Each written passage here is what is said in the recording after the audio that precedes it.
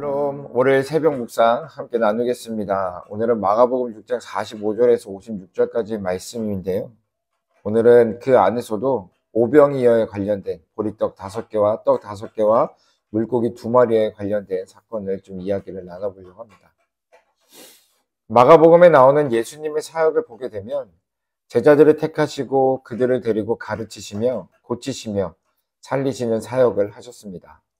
그 과정 가운데 예수님을 배척하는 무리들도 나오게 되는 것을 우리가 말씀을 보면 보이게 되죠.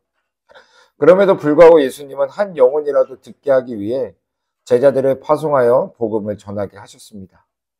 이렇게 활동하시는 예수님에 대하여 헤롯 왕이 듣게 됩니다. 헤롯 왕은 예수님에 대하여 요한이 죽은 자 가운데서 살아났도다. 내가 목벤 요한 그가 살아났다고 말하였습니다. 그러면서 마가는 우리로 하여금 헤롯이 예수님에 대하여 두려움을 갖게 된 이유에 대하여 좀 더 깊이 이해할 수 있도록 헤롯이 무죄한 세례 요한을 죽이기까지의 과정을 말하였습니다. 그리고 이어서 파송을 갔다 온 제자들이 예수님과 함께 모여 그동안에 있었던 일들에 대해서 낱낱이 말하는 시간을 가졌습니다. 그리고 그 얘기를 다 들으신 예수님은 제자들을 향하여 쉬라고 말씀하셨습니다. 왜냐하면 성경에 보니까 오고 가는 사람이 많아 식사할 시간조차 없었기 때문이라고 말하고 있습니다. 그래서 제자들과 예수님은 외딴 곳으로 배를 타고 가게 됩니다. 그런데 예수님 주변에 있었던 그 무리들이 그 예수님과 제자들을 놓칠 사람들이 아니죠. 제자들이 떠나는 모습을 보고 먼저 길을 따라 달려가서 제자들보다 먼저 그곳에 이르게 됩니다. 어디에 어떻게 가는지도 모르는데도 불구하고 그들은 달려갔다는 겁니다. 그렇게 먼저 도착한 자들을 보고 예수님은 배에서 내리시면서 그들을 불쌍히 여기셨습니다. 왜냐하면 목자 없는 양같이 보였기 때문입니다.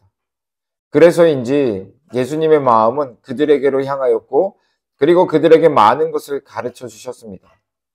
그렇게 사람들을 가르치시는데 이미 날이 저물어 버렸습니다. 예수님의 제자들은 예수님께 다가와서 예수님, 이것은 빈들이고 시간도 너무 늦었으니 사람들로 하여금 근처에 있는 마을에 가서 먹을 것을 사 먹게 하는 것이 좋겠습니다 라고 말합니다. 그런데 의외의 답변이 나오죠. 지금 제자들과 예수님 형편에서는 지금 모여있는 무리들에게 아무것도 해줄 수 있는 것이 없을 뿐더러 그럴 계획이 없었습니다. 그렇기 때문에 지금의 답변은 지금으로 말하면 너무나도 황당한 답변이었습니다. 마가복음 6장 37절에 이렇게 말하고 있습니다. 대답하여 이르시되 너희가 먹을 것을 주라 라는 겁니다. 제자들이 보고 지금 모여있는 무리들에게 먹을 것을 주라는 겁니다. 그런데 셈이 빠른 제자 중 한 사람이 이 무리에게 먹을 것을 나눠주려면 200데나리온이라는 돈이 든다는 것을 알고 200데나리온의 떡을 사서 먹이라는 말씀입니까? 라고 다시 예수님께 질문을 합니다. 그 질문에 예수님은 제자들을 향하여서 이렇게 말씀하십니다. 그러면 지금 너희가 가진 것이 얼마나 있는지 알아보라 라고 합니다. 그 말에 제자들이 주변을 샅샅이 이렇게 확인해 보기 시작하죠. 그 결과 떡 5개와 물고기 2마리를 갖고 오게 되었습니다.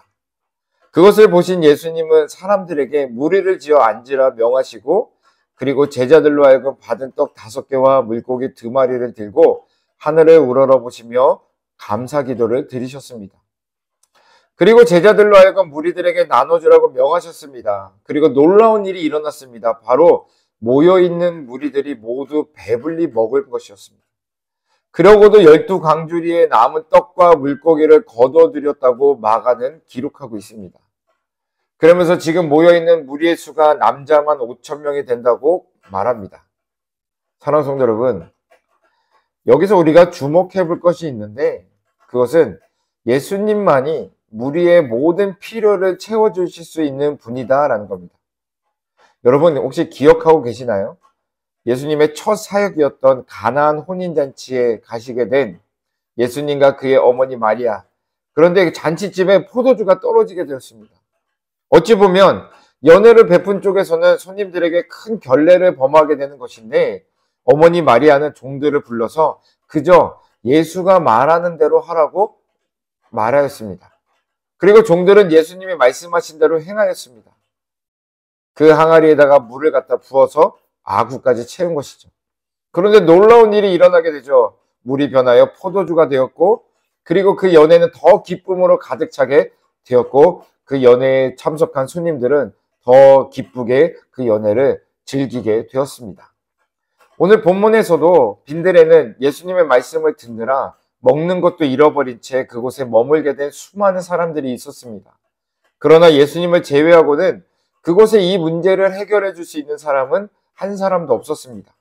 아무리 능력을 받고 많은 것들을 경험하고 온 제자들일지라도 지금 상황에서 무리의 필요를 보고 있었지만 그들의 필요를 채워줄 수는 없었다는 겁니다.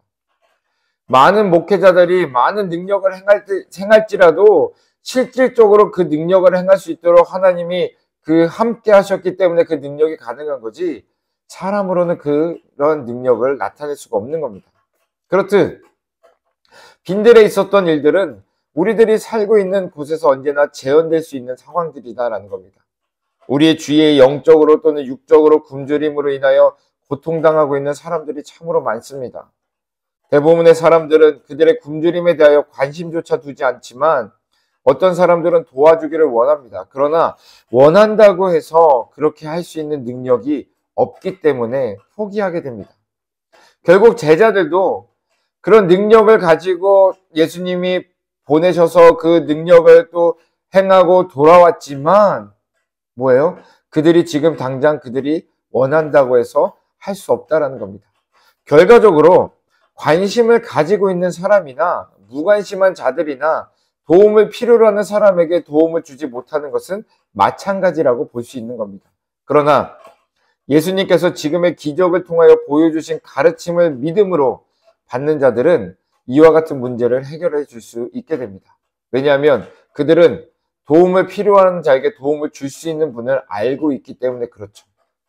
제자들도 그 도움을 주실 수 있는 분이 예수 그리스도 한 분밖에 없다라는 것을 알았기 때문에 예수님께 가서 그들의 지금 상황을 얘기한 것입니다. 그렇습니다. 바로 우리가 도움을 줄 수 있는 분, 알고 있는 그 분은 바로 누구냐면 예수 그리스도이시죠. 그렇기 때문에 오늘 우리들에게도 예수 그리스도를 온전히 믿는다면 2000년 전에 빈들에서 있었던 놀라운 기적을 경험할 수 있게 된다고 확신할 수 있는 것입니다.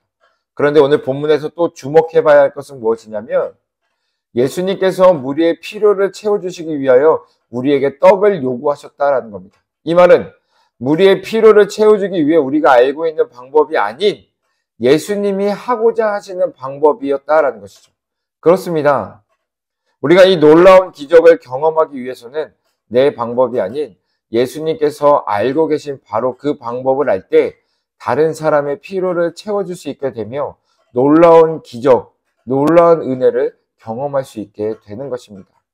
사랑하는 성도 여러분, 매번 말씀드리지만 신앙생활은 내 방법을 가지고 하는 것이 아니라 하나님의 방법, 예수님이 행하셨던 그 방법을 가지고 신앙생활을 하는 겁니다. 그럴 때 우리에게 필요한 그 필요가 채워질 수 있게 되는 것이고 우리가 받아야 할 은혜를 또한 우리가 경험하지 못한 그 놀라운 기적들을 경험할 수 있게 된다는 것을 오늘 본문을 통해서 우리가 좀 기억했으면 좋겠습니다. 사랑하는 성도 여러분, 예수님은 우리의 필요를 채워주실 수 있는 그리고 예수님의 방법으로 따라 오늘도 놀라운 기적을 경험할 수 있게 해주시는 분이라는 것을 우리가 믿고 그분과 함께 오늘도 승리하는 삶을 살아가실 수 있는 저와 여러분이 되기를 주님의 이름으로 축원드립니다.